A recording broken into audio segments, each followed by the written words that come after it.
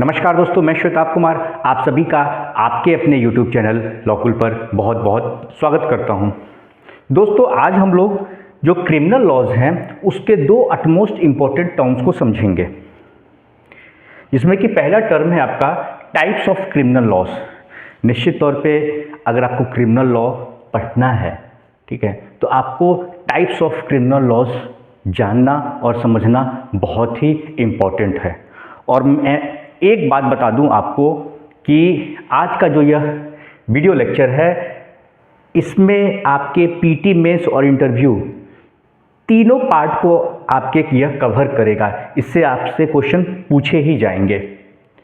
तो एक पार्ट हो गया आपका टाइप्स ऑफ क्रिमिनल लॉस और दूसरा पार्ट हो गया आपका एलिमेंट्स ऑफ क्राइम।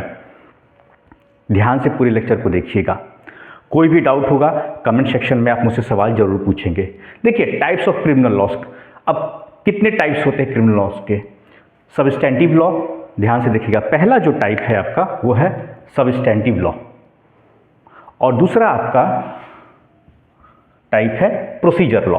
ठीक है, अब व्हाट इज सबस्टेंटिव लॉ?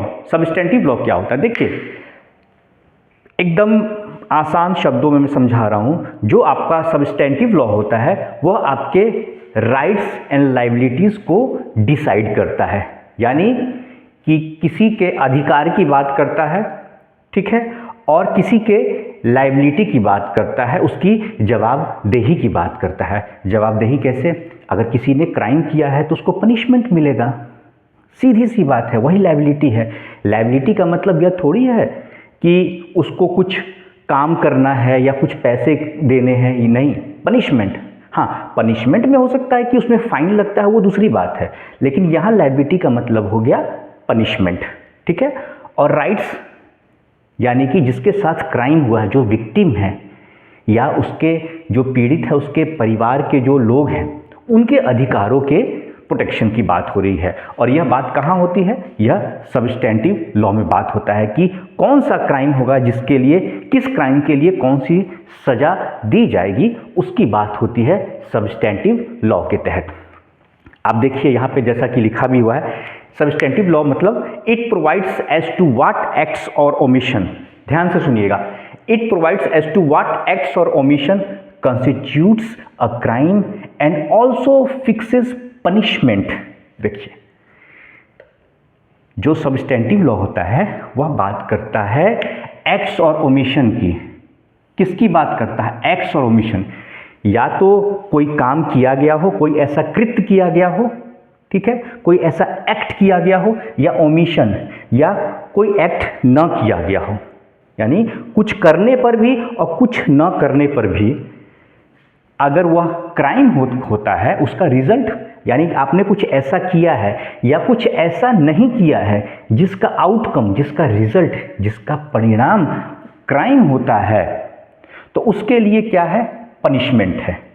अब आप कहेंगे कुछ करने पर, कुछ गलत करने पर तो क्राइम है। अगर मैं ऐसा, कोई भी व्यक्ति ऐसा कुछ करता है, आप भी कहेंगे सर अगर कोई ऐसा काम होता है जिसके लिए पनिशमेंट है, वह तो समझ में आ गया, लेकिन यह कहाँ से बात आ गई कि कुछ न करने पर भी सजा मिले? बिल्कुल है। जैसे मान लीजिए कोई डॉक्टर है, उसको एनेस्थीसिया देना है, ऑपरेशन थिएटर है, ठीक है, उसकी ड्यूटी है एनेस्थीसिया देना।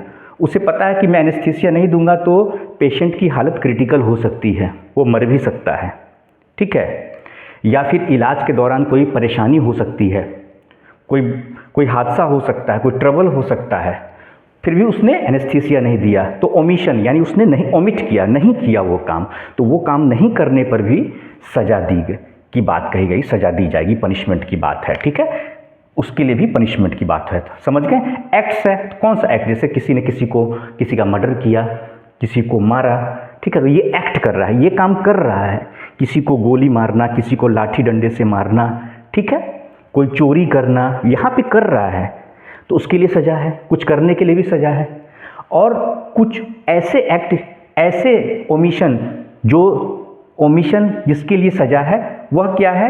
वह भी क्राइम के तहत कहलाएगा, जैसे कि मैंने एनेस्थीसिया का आपको एग्जांपल दिया डॉक्टर का, ठीक है। तो it provides as to what acts और omission constitute a crime and also fixes punishment for the same depending on how the severe crime is. How the severe crime is का मतलब यह हुआ कि हर क्राइम के लिए अलग अलग सज़ा है। ऐसा नहीं कि जितने भी क्राइम हैं सबके लिए एक ही सज़ा है, ऐसा नहीं है। ठीक है, जैसे कि मर्डर के लिए क्या है, लाइफ इम्प्रिजमेंट है, ठीक है, या फिर डेथ पेनाल्टी है। ठीक है, और वहीं अगर बात करें अगर कल्पेबल होमिसाइड की, तो इसमें क्या है, उसमें उम्र कैद की सज़ा है या फिर आपको 10 साल की सज़ा है। तो ऐसे करके प्रावधान दिया गया है। तो ऐसे आप समझिए सज़ा। तो हर क्राइम के लिए किस तरह का क्राइम है उसके हिसाब से उसको सज़ा दी जाएगी। तो यह सब्सटेंटिव लॉ हो गया। इसके एग्जाम्पल क्या है, देखिए इसका एग्जाम्पल है BNS, जो पहले आपका IPC था, इंडियन पिनल कोड, अभी है आपका भारतीय न्याय संहिता। फिर ट्रांसफर ऑफ प्रॉपर्टी एक्ट की बात करें, TPA, यह भी आपका सब्सटेंटिव लॉ होता है। यह भी राइट्स एंड लाइबिलिटीज़ की बात करता है। दिमाग में इतना ही रखिए, सब्सटेंटिव लॉ का मतलब होता है राइट्स एंड लाइबिलिटीज़। जो भी कानून है जिसमें राइट्स एंड लाइबिलिटीज़ की बात की गई है वह आपका कहलाता है सब्सटेंटिव लॉ। तो BNS हो गया, उसके बाद आपका ट्रांसफर ऑफ प्रॉपर्टी एक्ट हो गया, इंडियन कॉन्ट्रैक्ट एक्ट हो गया। यह कुछ एग्जाम्पल हैं, आपसे इंटरव्यू में भी ऐसे ही पूछा जाएगा, उसमें पैनिक नहीं होना है।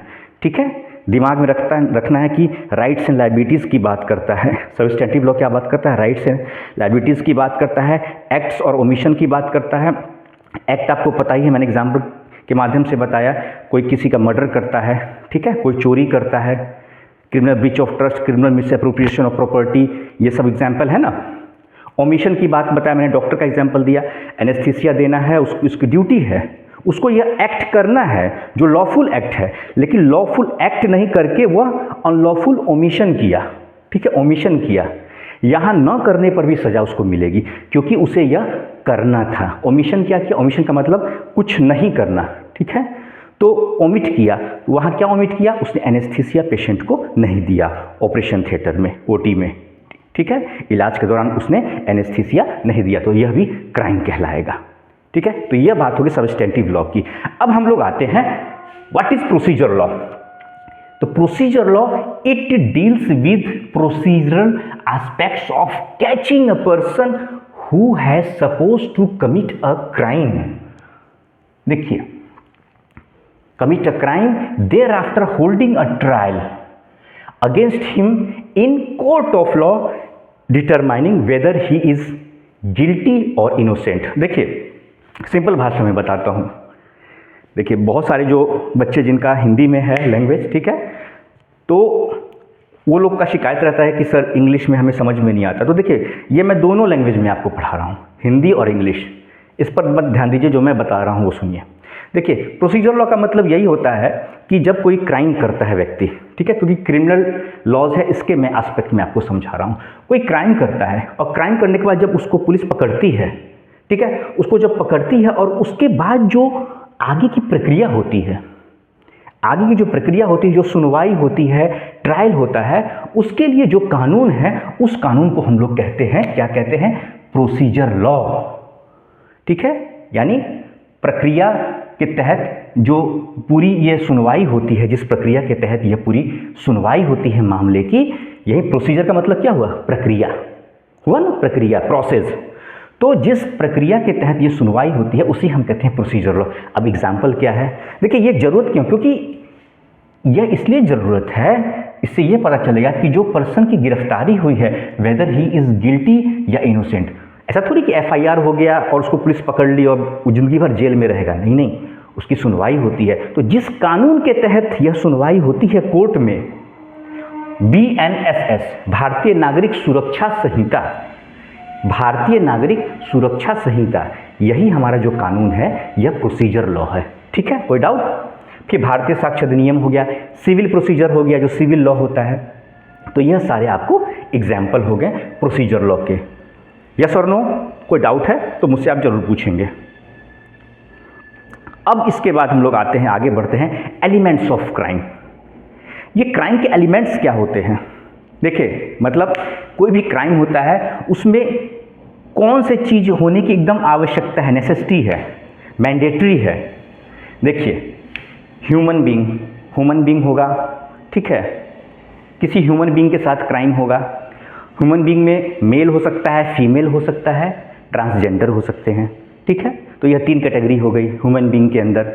मैंसरिया, मैंसरिया मीन्स गिल्टी माइंड, ठीक है। अक्सर ऐसा क्या होता है कि हम लोग सीधे कहते हैं इंटेंशन की बात कर देते हैं, फ्रिक्वेंटली हम बोल देते हैं इंटेंशन, नहीं, ये लेमैन लैंग्वेज है। कानून में जो है एक एक शब्द की इंपॉर्टेंस होती है। इंटेंशन का मतलब तो गुड इंटेंशन भी हो सकता है, बैड इंटेंशन भी हो सकता है। तो यहाँ पर जो बात हो रही है मैंसरिया की, यह गिल्टी माइंड की बात कर रहा है, बैड इंटेंशन की बात कर रहा है, ठीक है। तो इसका मतलब हो गया, मैंसरिया का मतलब है गिल्टी माइंड, यानी कोई भी क्राइम को कॉन्स्टिट्यूट करने के लिए मैंसरिया की आवश्यकता है, गिल्टी माइंड की आवश्यकता है। इसीलिए हमें इंटेंशन न कहते हुए क्या कहना है, बैड इंटेंशन कहना है, ठीक है। मैंने यहाँ पर लिख दिया है इसीलिए कि it means not only intention, it means guilty intention, ठीक है। अब बात आती है एक्टस रियस की। देखिए एक मैगजीन भी है, एक्टस नॉन फेसिट्रियम नीसी मेंस सिट्रिया, ये मैगजीन आपको ध्यान में होगा, एक्टस नॉन फेसिट्रियम नीसी मेंस सिट्रिया, ठीक है। ये इलीगल एक्ट और ओमिशन की बात करता है। क्या बात करता है, एक्टस नॉन फेसिट्रियम नीसी मेंस सिट्रिया, ठीक है। हम भी ये पढ़ते थे, बहुत पढ़ते थे इस चीज़ को। देखिए जितना आप कानून को पढ़िएगा ना उतना आपका माइंड जो है शार्प होगा। मैंडेटरी है, एलिमेंट्स ऑफ क्राइम में अटमोस्ट इंपॉर्टेंट है। क्यों इंपॉर्टेंट है, क्योंकि इलीगल एक्ट की बात करता है। आपसे पूछ लिया जाएगा कि बताइए कोई मैगजीन के बारे में बताइए जो कि एलिमेंट्स ऑफ क्राइम में अटमोस्ट इंपॉर्टेंट है, जो इलीगल एक्ट और ओमिशन की बात करता है, तो वह क्या है, एक्टस नॉन फेसिट्रियम नीसी मेंस सिट्रिया, ठीक है। तो एक्टस रियस क्या हो गया, एक्टस रियस अटमोस्ट इंपॉर्टेंट है, इसका मतलब हो गया इलीगल एक्ट, इलीगल एक्ट और ओमिशन। फिर से देखिए ओमिशन का मतलब क्या हुआ, कुछ न करना। फिर से दिमाग में डाल रहा हूं, आपसे पूछ सकता है एग्जाम में, इंटरव्यू में पूछ सकता है कि वो कौन सा क्राइम है जो कि जिसके लिए न करने पर सजा मिले, वो क्राइम हो जाता है। ऐसा कौन सा ओमिशन है जिसके लिए सजा है, ठीक है। ऐसा क्या न करें जिसके लिए सजा है। एग्जाम्पल है, अगर कोई डॉक्टर है, एनेस्थीसिया उसे देना है, वो एनेस्थीसिया नहीं देता है, यानी ओमिट कर रहा है, वहाँ ओमिशन कर रहा है। वहाँ क्या कर रहा है, ओमिशन कर रहा है, कोई एक्ट नहीं कर रहा है, ओमिशन कर रहा है। एक्ट करता तब तो एनेस्थीसिया वो लगाता पेशेंट को, ठीक है, लेकिन उसने एनेस्थीसिया नहीं लगाया, पेशेंट की वहाँ डेथ हो जाती है या उसकी सिचुएशन क्रिटिकल हो जाती है, उसको फिर उसकी डेथ हो जाती है, ठीक है। तो यहाँ पर उसने ओमिशन किया तो उसके लिए पनिशमेंट मिल गया, ठीक है, उसके लिए भी सजा का प्रावधान है। तो ये हो गया इलीगल एक्ट या फिर इलीगल ओमिशन। वही बात आ गई एक्टस रियस की। अब इंजरी की बात आती है, जो एलिमेंट्स ऑफ क्राइम में इंजरी भी अटमोस्ट इंपॉर्टेंट है। इंजरी देख लीजिए, इंजरी कितने तरह के होते हैं। इंजरी को हम क्षति कहते हैं, ठीक है, क्षति। तो माइंड की इंजरी हुई, बॉडी की इंजरी हुई, प्रॉपर्टी की इंजरी हुई, रेपुटेशन। अब माइंड की कैसे, चीटिंग, किसी के साथ चीटिंग किया, धोखाधड़ी किया, फॉर्जरी किया, यह माइंड की इंजरी हुई, ठीक है। किसी का पैसा हुआ, ठीक है, किसी के साथ फ्रॉड कर दिया, तो यह हो गई माइंड की इंजरी हो गई। क्या हुई, माइंड की, मानसिक तौर पे अगर आप किसी को क्षति पहुंचाते हैं तो यह चीटिंग हो गया। एग्जाम्पल इसका हो गया, चीटिंग हो गया। बॉडी, बॉडी में क्या है, मर्डर है, हर्ट है, ग्रीवियस हर्ट है, और भी बहुत सारी चीज़ें हैं, ठीक है, रेप हो गया, ठीक है। तो यह जो है बॉडी के साथ क्राइम हुआ, ठीक है, बॉडी के साथ इंजरी हुई, बॉडी को, शरीर को चोट पहुंचाया गया। यहाँ माइंड को चोट पहुंचाएगा, चीटिंग हुई, अरे मेरे साथ चीटिंग किया है, अब दिमाग प्रेशर में है एकदम, तो यह माइंड के साथ हो गया। बॉडी साफ दिख रहा है, जख्म लगा हुआ है, मर्डर कर दिया, आदमी मर गया है, चोट पहुंचा दिया है, खून बह रहा है। प्रॉपर्टी के साथ criminal miss appropriation of property होता है ना, तो प्रॉपर्टी के साथ हो गया। क्रिमिनल ब्रीच ऑफ ट्रस्ट, ये सारी चीज़ें। रेपुटेशन की बात होती है, रेपुटेशन में एक ही सेक्शन, डिफेमेशन। रेपुटेशन, किसी के रेपुटेशन को लेकर अगर आप इंजरी पहुंचाते हैं, ठीक है, किसी के मान सम्मान, किसी की प्रतिष्ठा पे अगर क्षति पहुंचाई जाती है, वही रेपुटेशन, तो उसे कहते हैं डिफेमेशन, ठीक है दोस्तों।